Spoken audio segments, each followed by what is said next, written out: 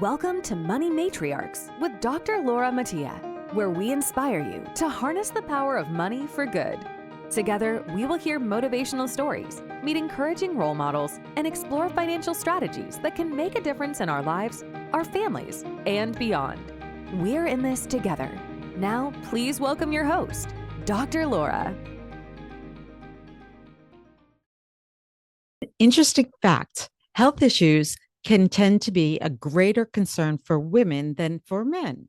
Why? First of all, there are a lot of biological processes that we go through as women. Things like menstruation, giving birth, and menopause can all result in other common problems like osteoporosis and Alzheimer's and other autoimmune concerns. So it continues to be a problem for us. In addition to that, women live longer than men. And so we often find that we need to plan for some kind of long-term care solution. Well, our money matriarch guest today is aware of the issues that we deal with. Her journey from journalism to being a long-term care specialist has been a successful one. She has become well known nationally, and she's been doing this for 30 years. Her name is Margie Barrie, and I want to welcome you to the show, Margie, because I know you care about empowering women and helping us with our health issues, the financial concerns, as well as the peace of mind. So thank you for being on the show. Laura, thank you. And I feel so honored to be here. And I'm really looking forward to this and to sharing what I've learned the hard way since I've been doing this for a long time. Margie, when somebody asks you, what do you do? What do you tell them? I'm going to ask you a question. Okay. What do you do when you get up first thing in the morning? Okay, I'm going to give you a hint. First of all, you get out of bed, you go to the bathroom, correct? Usually. Okay. Then what do you do? Well, I'm a meditator. So I go straight to my meditation chair and I meditate for 20 minutes. Okay. And what do you do after that? Usually, well, if I have time, I'll go over into the other room and do a little exercise. If I don't, I hop into the shower and start my day. Brushing my teeth, of course. Somewhere along the line, there's the brushing of the teeth. Okay. And then you get dressed and you eat. Okay. So when you need help with some of those things, not the meditation, forget that part. Okay. But when you need help with like the transferring, when you need help with going to the bathroom, eating, dressing, that's when you need the long-term care help to kick in. Right. I don't want help. I don't want to need help in those things. I know nobody wants to, but guess what? We're all aging the same way you would talk before about going through menopause. No, none of us want to do that either. But this is just part of the aging, part of the stages of life that we go through. And women, as you said before, we live longer than men. And if you go visit anybody in any kind of facility, it's mostly women because we outlive our spouses. So when you ask me what I do, I help people protect their assets, protect their quality of life, protect their choices so they can stay at home or wherever they want to stay. And they don't have to worry about becoming financially insolvent and work, because that's a horrible thing to have to contend with when you're aging.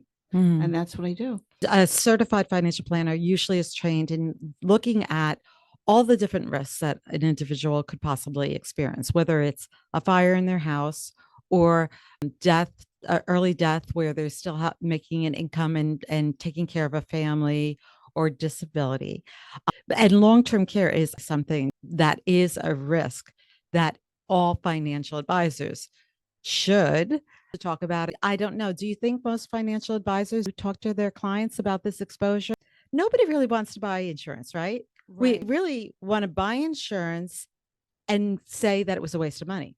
That's the ideal solution. But what if it's not a waste of money? What if we really needed it? One of the charts that I use in my education process, think of 4 squares, and there's a lot of red dots in these squares. Okay. So the 4 boxes represent the risk to our savings.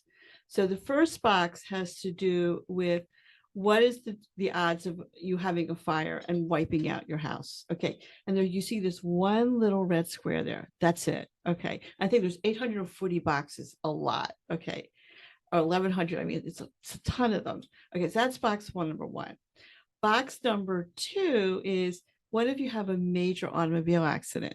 There are only 5 little red squares in this big box. The third is your health, and none of us are going to drop our health insurance. The biggest one is the long-term care. And I think there's 1100, 840 of these boxes have little red squares. The probability of needing long-term care is very, very high. And so, and it can cost you a lot of money. And I have to tell you, one of the reasons that I got into this was my former in-laws. I was married before. My former in-laws, Clara and Joe, they lived in a beautiful condo in downtown Silver Spring. And then Joe got sick. He had Berger's disease and he ended up in the nursing home. Oh. And they had no protection. They did have some savings. All the savings went to pay for his care in a nursing home. And Clara ended up moving first from this beautiful apartment to a 1-bedroom, then to a studio, then to a really crummy garden apartment. And at age 73, she had to go back to work as a sales girl at Hex. I know I'm dating myself. Okay. And I thought, oh my gosh, I do not want this to happen to my parents or to me either, but particularly to my parents. And so that's when I realized, like, as we age, how it can devastate the lifestyle that you had hoped to have. And then my first client, when I decided to go into long-term care insurance, was my mother. Okay, so mothers do that kind of thing. They say, okay, I'm going to help out my daughter. But my mother started using her policy at age 90. And she used it off and on for 9 years. And she had choices and control over where she aged. That was so important to her. So I saw firsthand with both of them how important it was, what a problem it was if you didn't have it, and how it worked well if you did have it. So a lot of people just talk about preservation of assets. We should talk about long-term care versus skilled care and what the difference is, because a lot of people think that they're covered under Medicare and they're not. I think it's not just an issue of preserving assets. It's also an issue of having choice.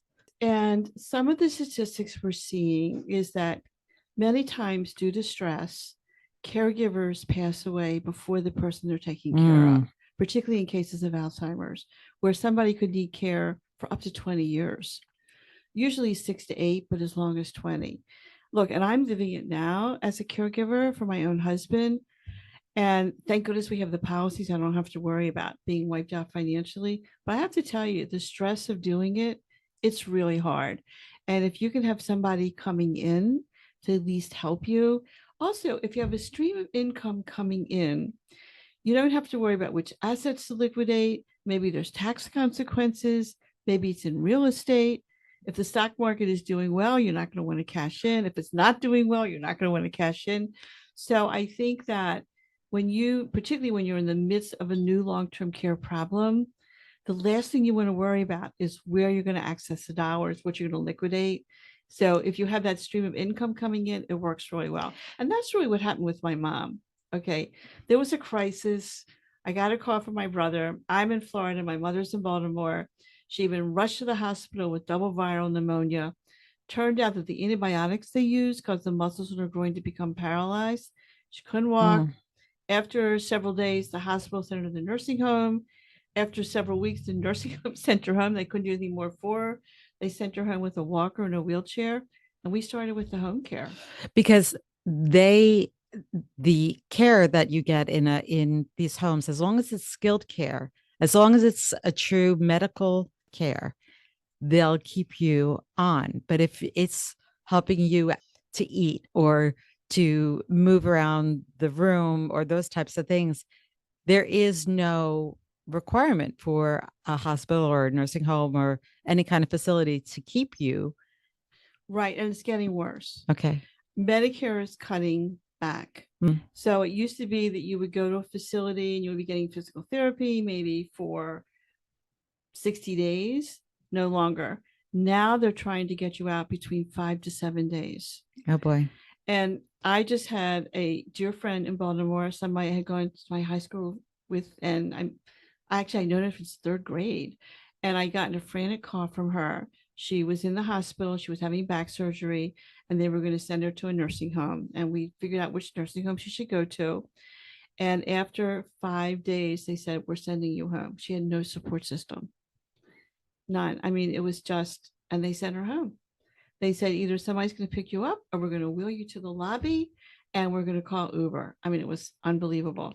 And then she had a problem because how's she going to pay for her home care? Now, they did send a physical therapist to her house because with the whole Medicare change, and I did a whole white paper on it, which I would be glad to share with people, but they've changed the whole payment structure. And so now the hospital is administering all the payments and they want to cut back on the number of nursing home days. It's just going on. And Medicare is in big trouble. Medicaid's in trouble because it's funded by Social Security funds. Baby boomers are aging. Baby boomers are stopping to work. And so they're losing that source of income. And then baby boomers are going on Medicare. So there's all kinds of budget shortages going on. And it'll be interesting to see how that continues to roll out. But I'm already seeing it with either my own family or with other people that I know. So, Margie, in terms of the clients that I work with, quite honestly, a lot of them are in positions of being able to self-fund. They have enough assets. It's not an issue of necessarily preserving their assets. However, there is this whole other issue, which is making sure that you're not a burden to your family. You're not a burden to other people. Maybe you really don't want your loved one taking you to the bathroom and wiping you off. I will never forget the first time I met you was at the Sarasota Yacht Club. You were doing a presentation in front of the Financial Planning Association, and you came in with some adult diapers, and you plopped it down there. I said, I can buy these for my mother, but I don't want to be the one that has to put them on her. And it was very impactful for me. Do you want to talk at all about that? Absolutely. Okay.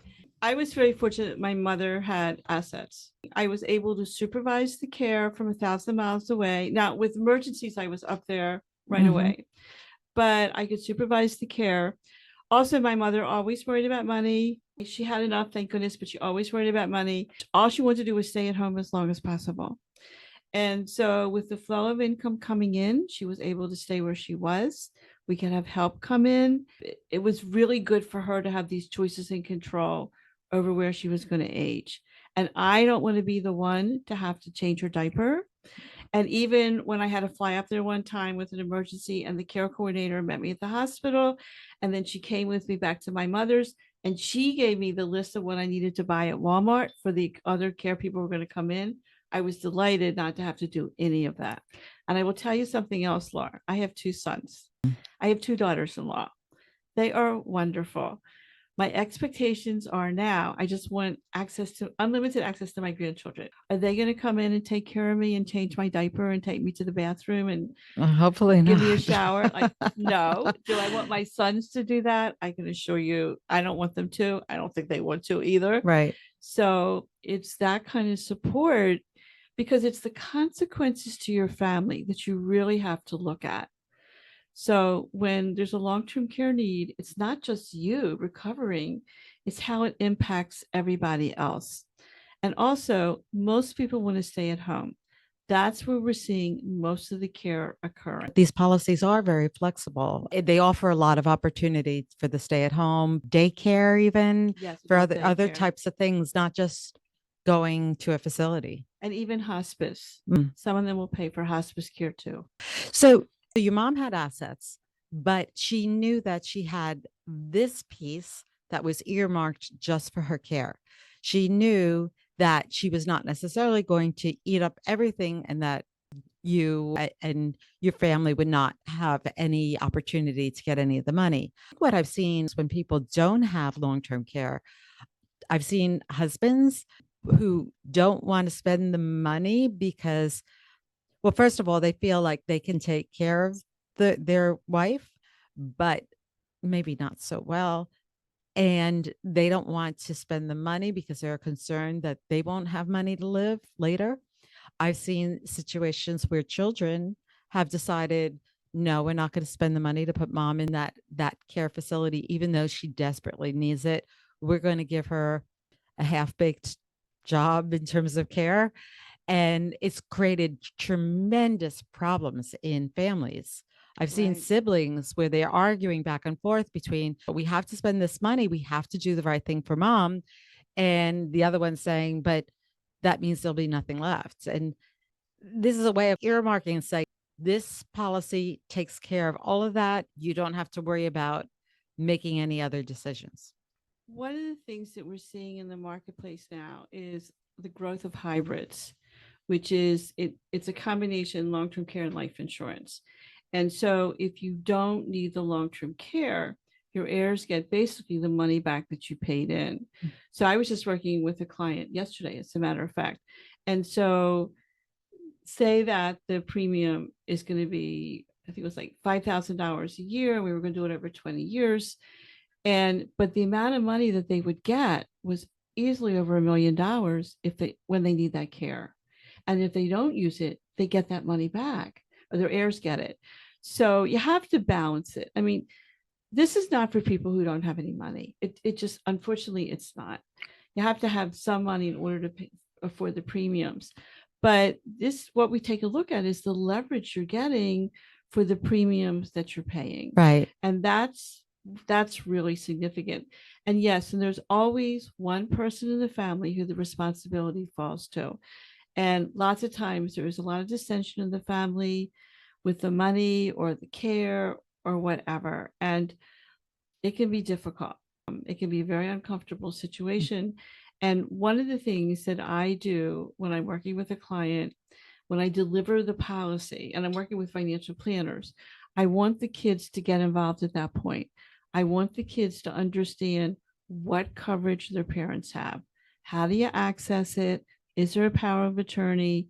All those details, because when a care situation occurs, a care problem, you don't have time to think this through. You just want to be able to call up, have all your ducks in order, and have everything flow pretty smoothly. Right. Yeah, I do want to mention that for those people that don't have the finances to purchase a long-term care policy, there are services if they start using some of their funds, and when the funds dwindle down, there is Medicaid, Yeah. and people who have access to that. It's not like our society allows people to just not have anything. Unfortunately, however, the Medicaid facilities aren't necessarily the facility that you might choose. They're not. And also, in some states, there's long waiting lists to get Medicaid home health care. Mm. So, in one of my earlier careers, when I had an advertising public relations agency, one of my clients was a small nursing home association in Maryland, and they were Medicaid facilities. And it's not the facility where you would want to be sent to or you'd want your mother to go to. That's a problem. So you're not a big fan of Medicaid planning, are you? No, because I want to know that for my clients, when they need care, it's easily accessible. They have access to the best care possible. They have choices about where they're going to get the care. Look, dealing with health issues is traumatic enough. Mm-hmm. If you have to worry about the rest of the situation, that's horrifying. Right. And it's like what I went through with my friend Ellen I spent part of my vacation over New Year's Eve dealing with my friend Ellen, Mm-hmm. tracking down the nursing home administrator saying, you can't kick my friend out. Going to some friends saying, could you contribute money to help pay for the bill what they're going to bill her? I mean, it was horrible. And what had happened with her was that her husband was a very successful attorney. They had a lot of money, and then he developed Alzheimer's. Mm-hmm. And he was in a facility for a lot of years and totally wiped them out. And she's now living in a situation where it's subsidized housing, and her kids live in other cities. And so you take a look at a situation like that, and your heart just goes out to them. So yes, there have been several people that have come to me and have asked me to help them with Medicaid planning.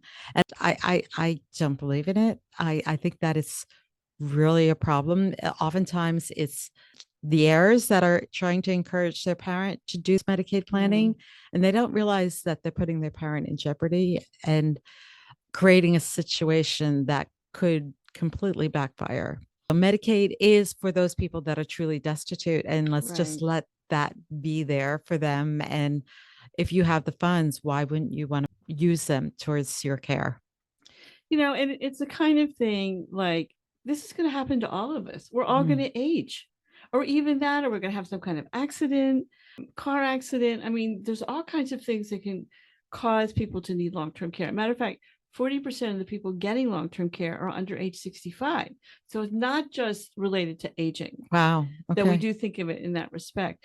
And it is an essential part of financial planning, Hmm. because what happens when and if you do need this care, you don't want to be wiped out financially. Mm. And one of the things that I work with a lot of couples, obviously, and I say to the man, the husband, look, you were very smart to marry a younger spouse. Hmm. She's going to be part of your care plan. She's going to be able to keep you at home.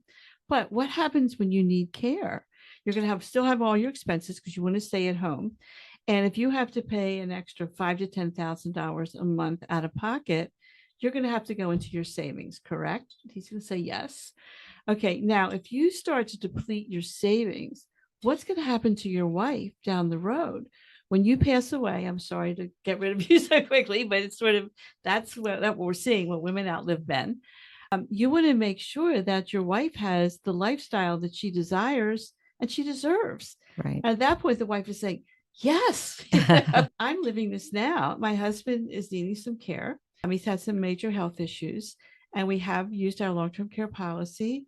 Right now, he's recovered a little bit, but I don't know what's going to happen.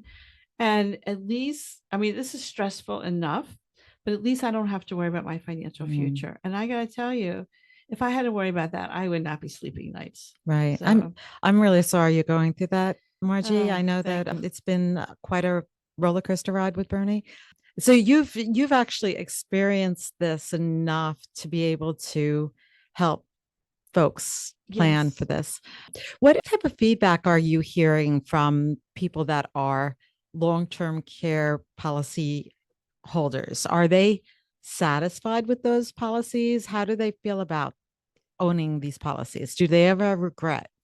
It's interesting that you asked that, Laura. I just came back from a national conference, and one of the sessions there was a focus group with 10 long-term care policy holders. Oh, okay. And they range from like 73 to 82. Okay. I think it was 3 men, the rest women. A lot of really good questions, really excellent interview. And the total overwhelming response was, we are so glad we have these policies, but we're concerned about figuring out what kind of care we're going to get. What kind of care do we need? Should we stay at home? Should we go to a facility? Just all those details to helping make those decisions. Isn't that very personal? Like to the individual? Well, it is. So one of the things that I'm now doing and working with the financial planners, I'm offering, excuse me, a care coordination provision.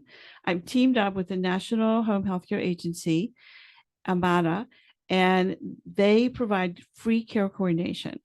And now let me give you an example. I hired a care coordinator for my own mother. So when my mother ended up in that nursing home the first time, and they said, okay, she has to leave, she's done, we're kicking her out. I didn't know what to do with her. Should I send her home? Could I bring her home? Should she go to another facility, assisted living, nursing home? I had no idea.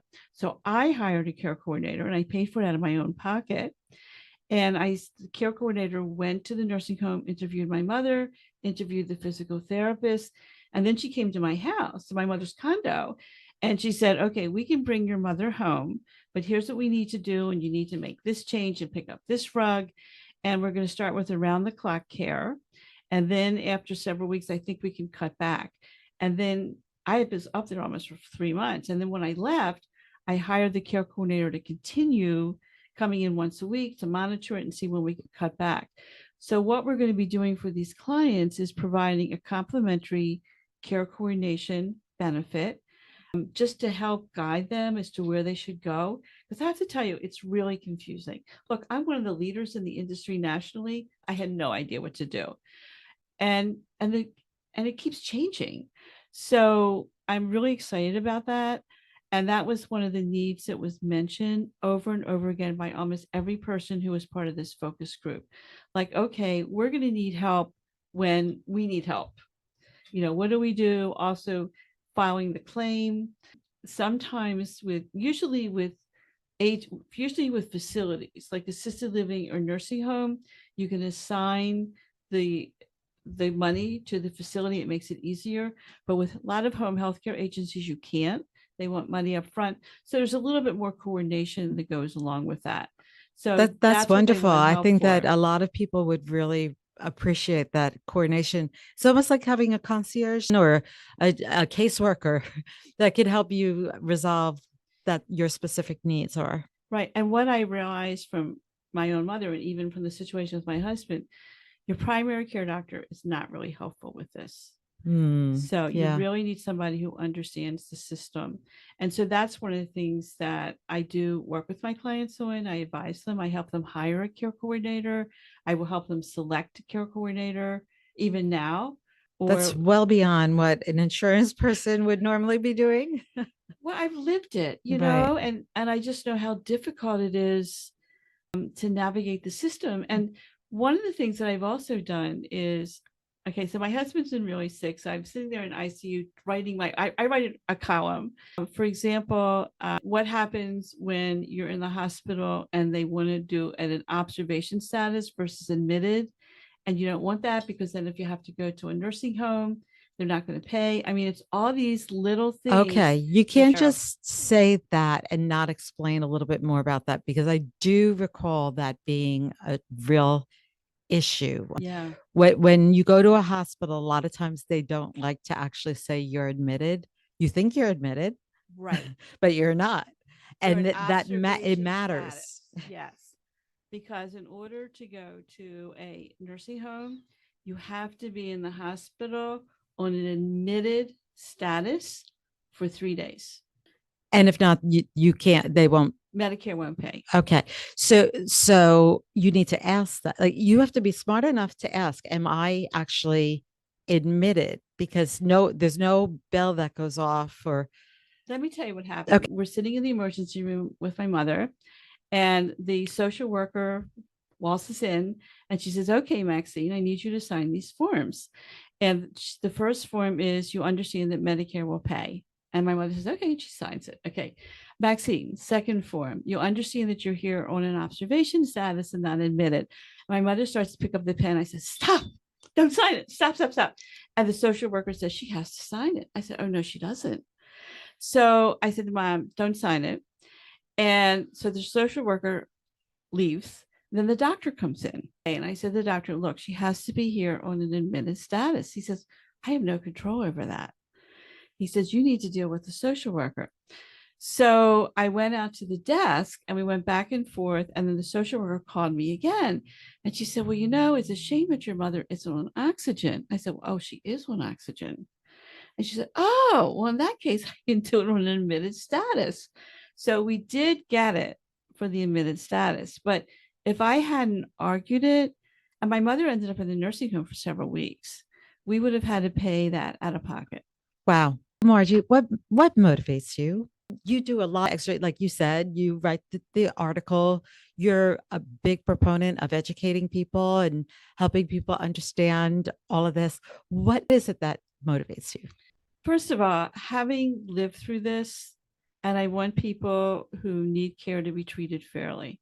Second of all, I'm really fortunate. I love what I do.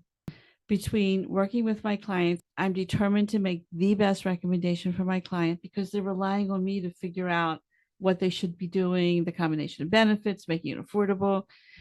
It's just a satisfaction that I get. And the column is fun. It takes me like 45 minutes to write it. My editor loves for me to do it because she never has to edit it, or very rarely. So it's really satisfying. The same reason that you're doing what you're doing. It gives me joy. Mm-hmm. And you're helping people. And you're helping people who don't understand the system. And the system's only getting more complicated. And I'm very fortunate to be in the forefront and having incredible contacts in the industry. So if there's a problem, I can go right to the person. Like right before I came here, I was writing an email to a head underwriter at one of the companies because I need to get special. I need to run a problem by him, but I'm sure that he'll agree with what I did was okay. but I have really a lot of flexibility and credibility in the industry. And so I've been very fortunate to be where I am. Wonderful. So, our tagline for this program is to inspire women to harness the power of money for good. Clearly, this is for good of the individual, good for the family. Is there any word of advice that you would like to give the women listeners? We don't tell men they can't listen, but I think that there are probably more women listening. Wow. I've always identified my goals. And I think that one of the most traumatic episodes in my life was when I got divorced. I never thought I would get divorced. And I had, 2 kids to raise by myself, or my parents were very helpful, but still.